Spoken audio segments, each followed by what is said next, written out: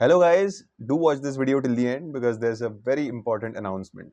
If I say the word two, okay, the moment I say two, you think about this particular symbol.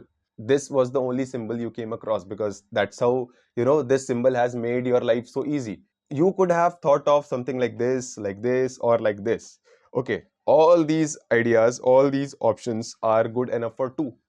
Okay, so what we learn from this particular exercise is the same old idea that all the creative people propagate, that don't ever trust your first idea, because your first idea is the most obvious idea. It might happen that your first idea is also great, but it is always good to iterate. Okay, creativity demands content. To be creative, you need to have a lot of data inside your head so that you can experiment with different entities, different elements, and come up with something new. Remember, like, this is a paradox, that creative people come up with something new. They come up with new arrangements of the existing things. So things are already there around you, and you just put it, and you arrange them in a different order which was never done before. That's how creativity works. So nowadays we all consume this entire world through the screens. That's very dangerous. It's dangerous for creative minds. The moment you remove all the shackles, all the filters through which you are consuming or experiencing the world around you, and start appreciating and start getting involved in the present times, in your environment, even if you are making small talks with someone, talking to your family or friends, okay, or making something, cooking, cleaning, everything, everywhere, you can have interesting ideas. Okay, so this is one way. The second is, doesn't matter how good or bad your idea is, don't ever judge your ideas, because ideas are good and bad in context. Okay, an idea can be good in one context and bad in another context. Okay, so just write down whatever idea you come across. Make sure this is a habit that you create. For this is called journaling, basically. Whatever ideas you come up with, write it down, draw it down in your sketchbook. Come up with multiple meanings of the entity which is used for a particular purpose. One more branch of this exercise is to connect two different ideas altogether. For example, this is very beautifully done in advertisements. If you see ads, for example, center fruit ka ad, kaisi jeeb lap lapai. So yeah, so they are kind of building a story around that particular scenario, where two musicians who have nothing to do with the product, but somehow the product is connected with this particular duel between both of them. So the tagline comes across as kaisi jeeb lap lapai. Just go and watch this ad, and similar ads, similar advertisements are very creatively done. Okay, you will see how two different entities are joined to narrate a story. So when we search for ideas, we often try to find the best possible idea over there. Okay, in creativity, this is not a preferred path. A good idea won't just come to you, occur to you. A good idea is basically something which appears in pixels. Similarly, a good idea will come to you in bits and pieces. It won't just come to you in entirety. And the biggest dilemma and a paradox in this entire process is, this is not goal oriented. A good idea doesn't care about what you want or what you don't want. It is just there. Okay, you have to use it for a purpose. This entire goal oriented idea generation is hoax. Okay, you won't come up with good ideas when you have set yourself with something which you want to achieve, because the moment you set a goal, you limit your mind. Okay, you make a periphery, you make a circumference, and within that area only you think.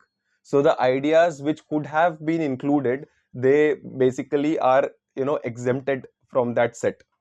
So yeah, whatever I have told you till now is from my own experiences, what worked for me, what did not work for me. But I would recommend one must read book for all of you, even if you are from design background, not from design background. If you are preparing for any exam which demands you to be creative, okay, this is a book.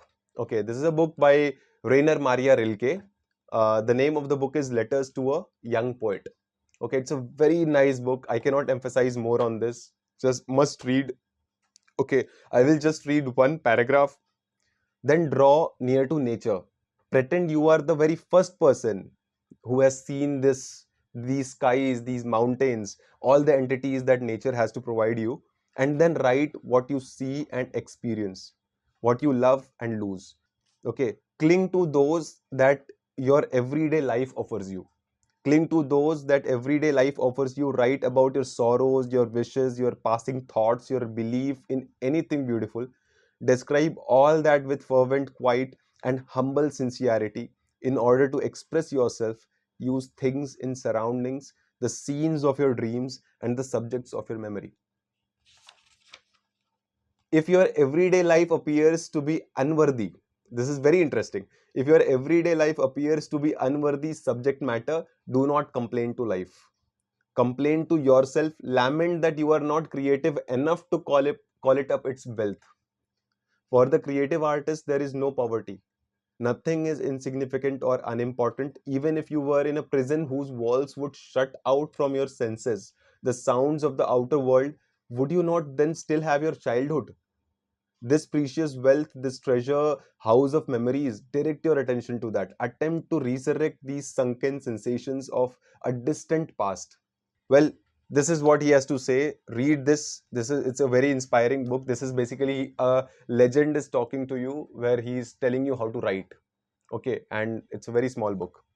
Yeah. So coming back on the creativity part of the exam, now obviously all these methods, if you directly try to apply in the exam, they are futile. Okay.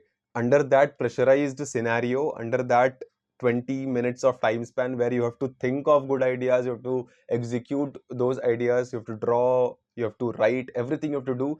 It's nearly not possible to come up with awesome things there. Okay. So train from now on mentally and physically, so that the moment you think about ideas, okay, better ideas come through your mind and you are trained enough to choose which one you have to go with. Okay, train yourself in such a way that when the moment comes, it is intuitive to you. So let us see the recent question that was asked in CEED 2025, and you can see that the CEED question papers are changing. But what is not changing is the title under which the question is asked. The title of creativity. All it demands you to be creative. There is basically a bulb, uh, a tap, and mosquito. Okay, and you have to come up with a sequence, and you have to give a title. That's what they are asking, and it should be a story. When I'm actually seeing what is presented in front of me, okay, it looks like a newspaper to me. Okay, so a newspaper, which means I need to address masses. This is what I think the moment I see this kind of layout. Okay, so there can be different approaches. Let's talk about the environment. Okay, because we have mosquito, we have a bulb, we have a tap. When we talk about bulb is something that illuminates your environment. So light is a key factor. Okay, there is a tap. It provides water is a key factor. And mosquito is something which is irritating. Okay, so we get the words like light, water, irritating, all these things, okay, under one roof, on one page. Just this is how you generate ideas. You write these words down and think of the visuals that are coming in your head. So when I'm thinking about water, okay, I think about water shortage. I think about the places where there are people who are spending too much water. There are people who are not even getting enough water. So that is one thing. Again, when I think about mosquito, I think about dengue. When I think about bulb, I think about light. Okay, and electricity is something that rural India is still suffering from. So all these things, if I kind of uh, try to amalgamate, I come up with ideas like these two. If you come up with ideas quickly, make sure like you go with second or third idea, given that the time constraint that you have. Not first. Avoid going with the first idea, because first idea is obvious. Just like you, many people will think about these things. So come up with what is a little worked upon. Okay, so this is how you bombard ideas, this is how you write words, and through those words you come up with different pictures that comes in your head, and try to join these words like the water, the light, and mosquito, which is disease or dengue. So water, light, and mosquito, this is what you get. And also this. Okay, so one title is Two Indias, and the other title is Swachh Bharat Abhiyan. So I have a little announcement to make. I'm going to start a batch where I'm going to teach drawing and draftsmanship to the people who want to like give these exams, CEED and NID. I'm going to teach part B of how to start, and like what are the do's and don'ts. I'm also going to cover uh, critical thinking and design thinking.